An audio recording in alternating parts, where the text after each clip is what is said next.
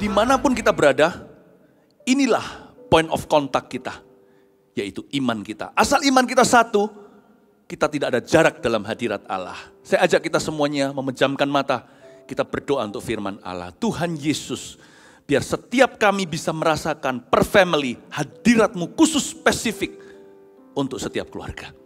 Terima kasih Tuhan, hamba bisa menjadi butler atau menjadi pelayan Tuhan yang serving food for these families, atau bisa betul-betul menyuapkan gizi-gizi sorgawi kepada mereka. Berikan kepada hamba-Mu kuasa dan urapan untuk bisa melakukan itu. Lebih dari sekedar firman yang dibagikan lewat kata-kata, hadirat-Mu penetrasi ke seluruh rumah. Di dalam nama Yesus Kristus. Amin. Sebelum saya naik ke sini, saya dapatkan Yohanes pasal 15. Mari kita baca bersama-sama. Pokok anggur yang benar, sebuah firman yang sudah biasa bagi banyak orang Kristen, tapi mari kita merenungkan sekali lagi dan dapat sesuatu yang baru. Pokok anggur yang benar. Ya, ayat 1. Kita baca aja ayat 1 sampai ayat 8. Ya, saya bacakan, lalu nanti per ayat saya bahas. Akulah pokok anggur yang benar dan Bapakulah pengusahanya. Setiap ranting padaku yang tidak berbuah dipotongnya, dan setiap ranting yang berbuah dibersihkannya, supaya ia lebih banyak berbuah. Kamu memang sudah bersih, karena firman yang telah kukatakan kepadamu. Tinggallah di dalam aku dan aku di dalam kamu. Sama seperti ranting tidak dapat berbuah dari dirinya sendiri kalau ia tidak tinggal pada pokok anggur. Demikian juga kamu tidak berbuah jikalau kamu tidak tinggal di dalam aku. Akulah pokok anggur, kamulah dan kamulah ranting-rantingnya. Barang siapa tinggal di dalam aku dan aku di dalam dia, ia berbuah banyak. Sebab di luar aku kamu tidak dapat berbuat apa-apa. Barang siapa tidak tinggal di dalam aku, ia dibuang keluar seperti ranting dan menjadi kering. Kemudian dikumpulkan orang dan dicampakkan ke dalam api lalu dibakar. Jikalau kamu tinggal dalam aku dan firmanku tinggal di dalam kamu, mintalah apa saja yang kamu kehendaki dan kamu akan menerimanya. Dalam hal inilah Bapa aku dipermuliakan, yaitu jika kamu berbuah banyak. Dan dengan demikian kamu adalah murid-muridku. Kita baca ayat 8 bersama-sama yuk, ya, supaya kita ingat semua dari 7 ayat yang kita sudah baca di atasnya. 2, 3. Dalam hal inilah Bapa aku dipermuliakan, yaitu jika kamu berbuah banyak. Dan dengan demikian kamu adalah murid-muridku. Ada lagu, Yesus pokok, kita carangnya, tinggallah di dalamnya. Oh, oh, tinggallah di dalamnya.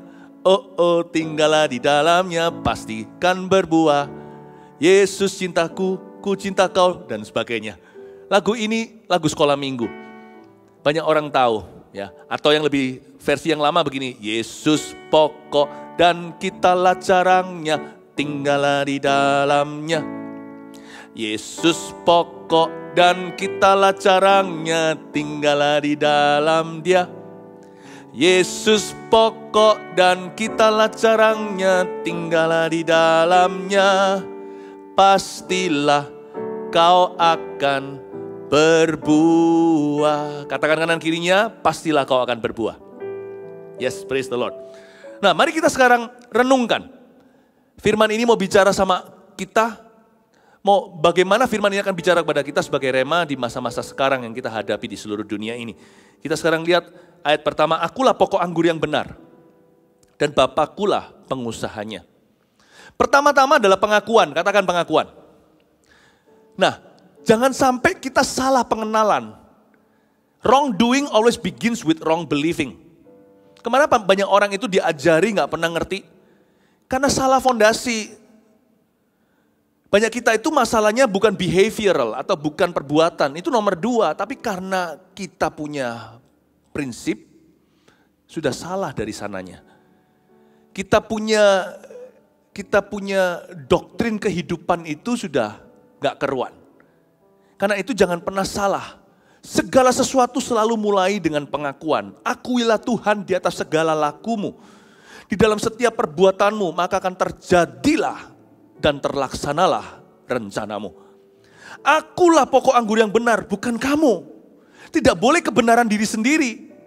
Kita harus mengakui bahwa Yesuslah kebenaran kita. Ya. Kita harus mati. Gak bisa kita merasa kita lebih benar dari Tuhan. Tuhan suruh aku ngampuni.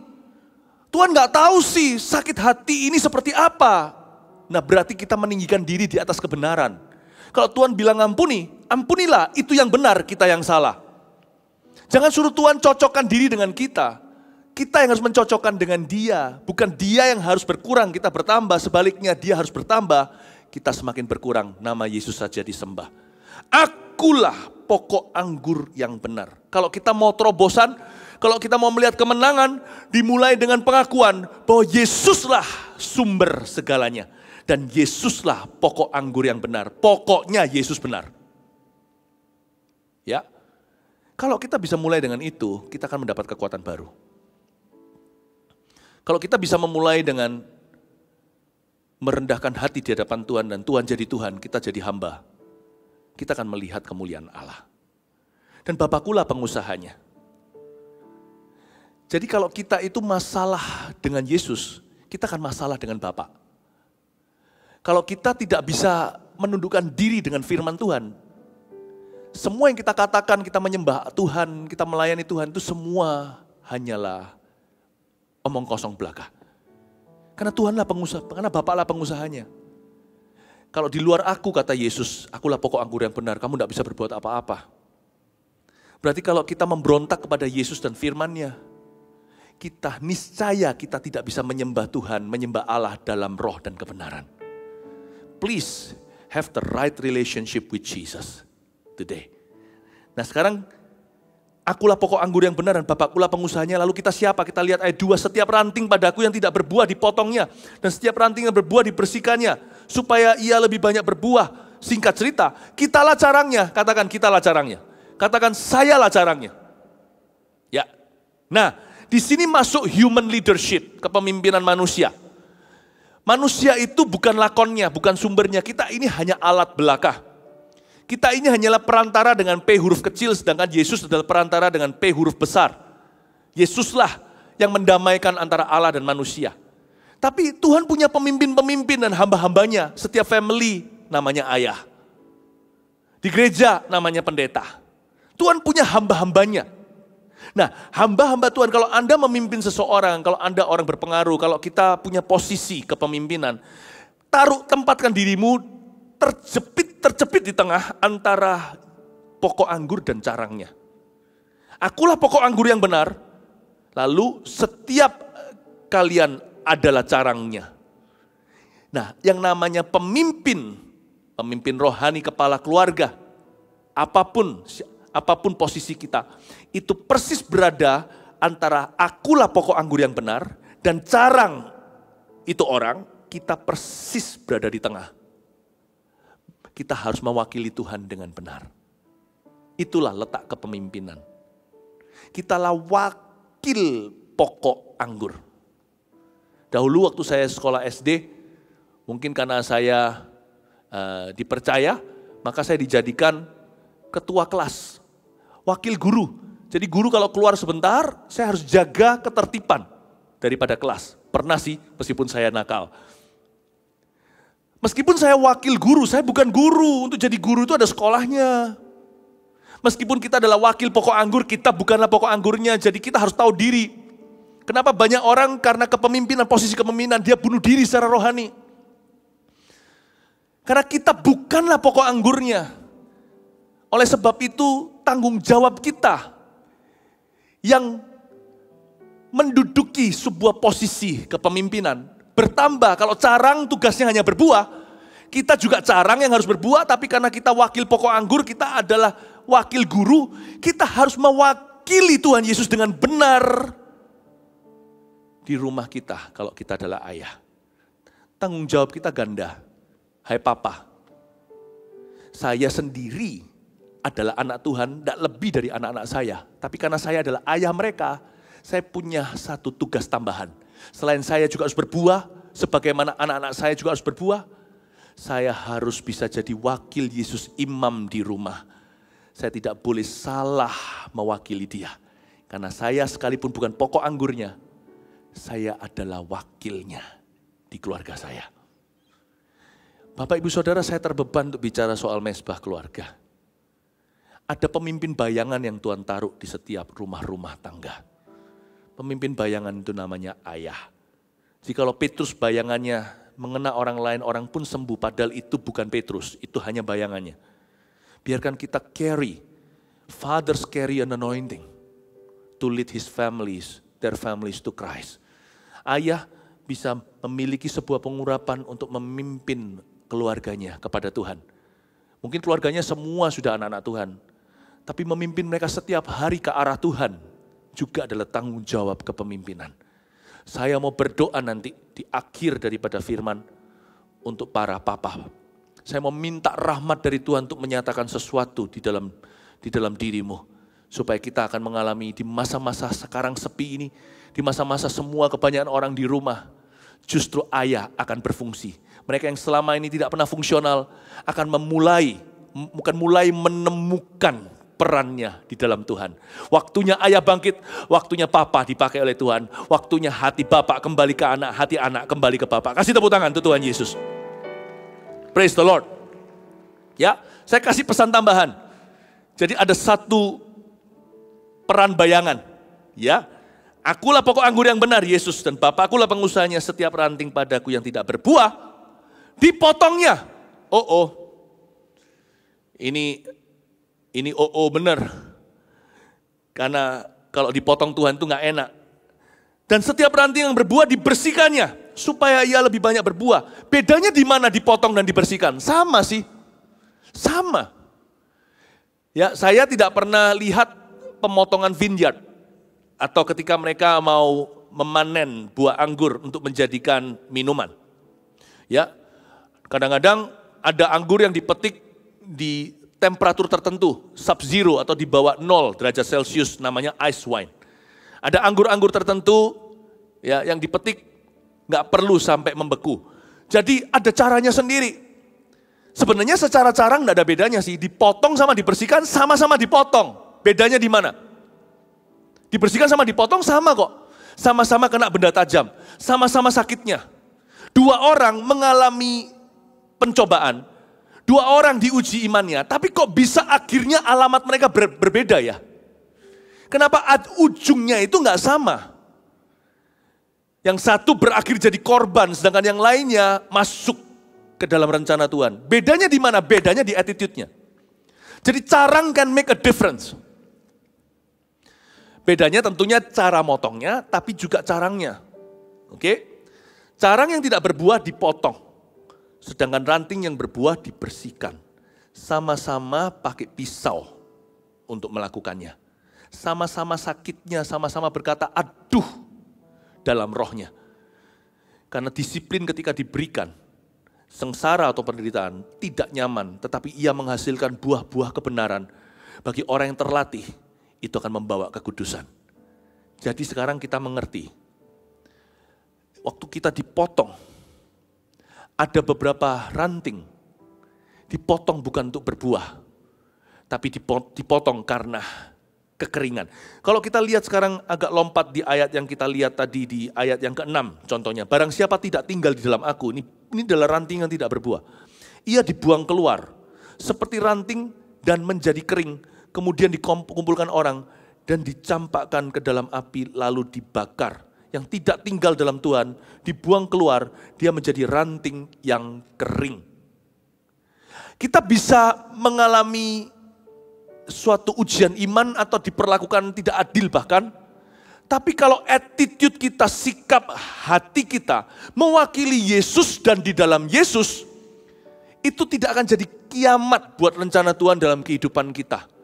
Justru setiap senjata yang ditempa melawanmu bukan hanya tidak akan berhasil, tapi setiap senjata yang ditempa terhadapmu menjadi pelurumu untuk menembak musuh. No weapons formed against you shall prosper. Itu bahasa Inggrisnya harusnya ya bunyinya demikian. Tidak ada senjata yang dibikin melawanmu akan berhasil. Saya tambahkan. All weapons formed against you, in fact, will prosper you. Setiap senjata yang ditempa melawanmu justru akan kau jadikan peluru keberhasilanmu. Kita bisa mengalami perlakuan orang lain, atau kita mengalami pencobaan di dunia ini yang mendera kita bertubi-tubi. Kalau attitude sikap hati kita bersih, kita tidak akan mati. Rancangan Tuhan itu nggak tergantung keadaan. Rancangan Tuhan itu tergantung hati. Makanya itu yang Tuhan suruh jaga bukanlah circumstances atau situasi dan kondisi. Yang Tuhan suruh jaga adalah hati dalam segala waspada. Karena dari sana akan keluar rancangan Allah. Kasih tepuk tangan untuk Tuhan Yesus. Itu maksudnya. Jadi semua tergantung attitude. Jadi carang berperan. Ya, karena itu bukan cuma carangnya sebenarnya, yang pertama-tama berperan adalah tukang anggurnya. Makanya itu kita nggak boleh anggap remeh loh ya, gampang cuma petik anggur. Itu ada caranya, ada skillnya di angle tertentu atau di angle tertentu, di sudut tertentu. Dia potongnya itu harus miring, semacam itulah. Saya pernah lihat videonya. Kalau tangan awam itu bisa sia-sia carang. Percayalah dari Tuhan itu flawless. Tuhan tidak pernah membuat kesalahan. Jadi kalau hidup kita ini di tangan pejunan, pasti jadi sesuatu bencana. Rusak pun di tangannya, di tangan sang mastermind, di tangan sang maestro akan menjadi plan B yang sama indah dengan plan A. Jadi jangan khawatirlah kalau secara perkebunan sesungguhnya carang tidak berbuat apa-apa sih terus terang. Tapi karena ini rohani, carang berperan. Kalau dari Tuhannya, tukang kebunnya, ya, dia tidak ada kesalahan. Dia motongnya tepat. Tapi kalau kita tidak bekerja sama karena Tuhan, karena kita bukan tanaman, karena kita manusia, kita bisa memberontak. Kita bisa membangkang. Kita bisa juga tidak nurut, tidak taat. Kita bisa tidak tunduk pada Tuhan. Ayat ini hanyalah alegori, perumpamaan. Yesus pakai cerita perkebunan, tapi kita bukan tumbuh-tumbuhan. Bedanya kita dengan carang sungguhan. Kita bisa teriak. Kita bisa nolak, kita bisa usir Yesus dan berkata, aku tidak mau caramu, aku mau caraku. Pokoknya aku yang benar, bukan kaulah pokok anggur yang benar, pokoknya gua yang benar. Bedanya dengan carang sungguhan, kita lebih susah untuk dibentuk Tuhan. Karena di dalam cerita ini, secara rohani, di kebun yang seperti ini, kita juga turut memutuskan, karena Tuhan tidak pernah memaksa. Dari sisi sang tukang kebun anggur, udahlah, nggak usah dikritik dia. Pekerjaan tangannya sempurna. Rusak pun jadi kok, jadi sesuatu yang baru. Nah pertanyaannya sekarang dari sisi kita ini loh yang perlu mengkritik diri. Kalau Tuhan sudah nggak perlu dievaluasi. Carang ini, Alkitab mengatakan di ayat 6, dia akan jadi ranting dan kering. Salah satu tanda bahwa hidup kita sudah nggak sinkron dengan Roh Kudus.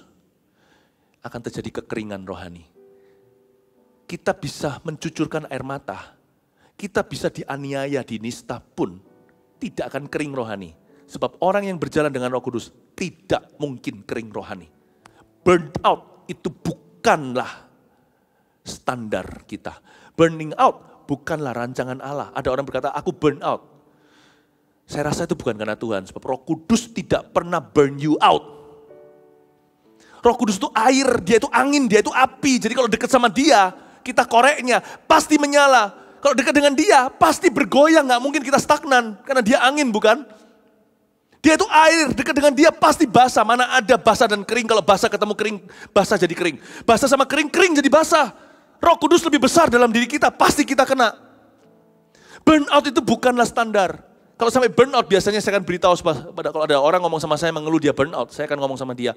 Mungkin perlu evaluasi prioritasmu. Mungkin ada hal-hal tertentu yang tidak harusnya kamu angkat dan pikul, itu harusnya di pundaknya Yesus, tapi kau pikiri. Orang mikir apa kek dan sebagainya, jadi bocor oli. Burnout itu pasti salah manajemen diri. Tidak mungkin, kita bisa istirahat, kita bisa sabat, burning out, no. Kekeringan itu adalah tanda bahwa carang itu tidak menancap pada pokok anggurnya. Sekalipun kita dianiaya, tidak mungkin kering. Orang sakit, disakiti pun paling dia mencucurkan air mata, tambah basah. Dia akan menuai dengan sorak-sorai. Jadi ayat ini saya mau coba bedakan antara dipotong dan dibersihkan. Bedanya di attitude-nya. Beberapa masalah bagi beberapa orang akan menghancurkannya. Tapi bagi orang yang sikap hatinya benar di hadapan Tuhan, masalah justru akan membangunnya.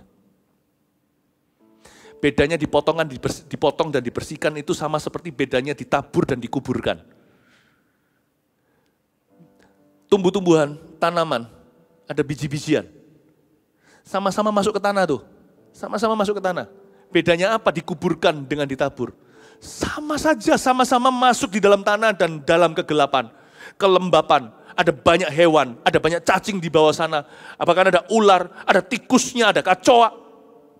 Same low, in a low place. Cuman bedanya, yang dikuburkan ya sudah. Yang ditaburkan akan dibasahi dengan cucuran air mata. Masalah sama, dua orang mengalaminya, twin, identik, secara identik kembar. Tapi yang satu hancur karenanya, dibuang sebagai ranting yang kering dan dibakar. Yang satu lagi membuat dia semakin berbuah.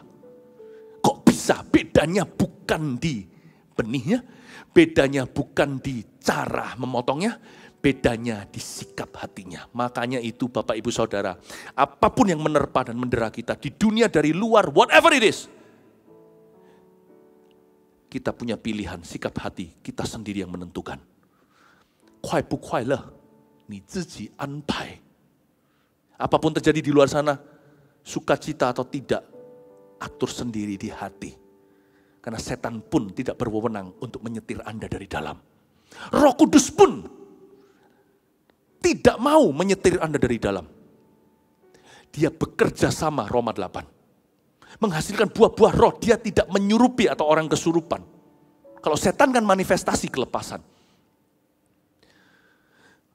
Dalam ini, ziji anpai. Anda dan saya ranting seperti apa? Tentukan hari ini.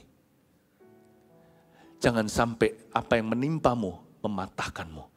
Justru apapun yang menimpamu hari ini, manfaatkan, saudaraku, menjadi batu loncatan untuk berbuah lebat. Itulah bedanya dipotong dan dibersihkan.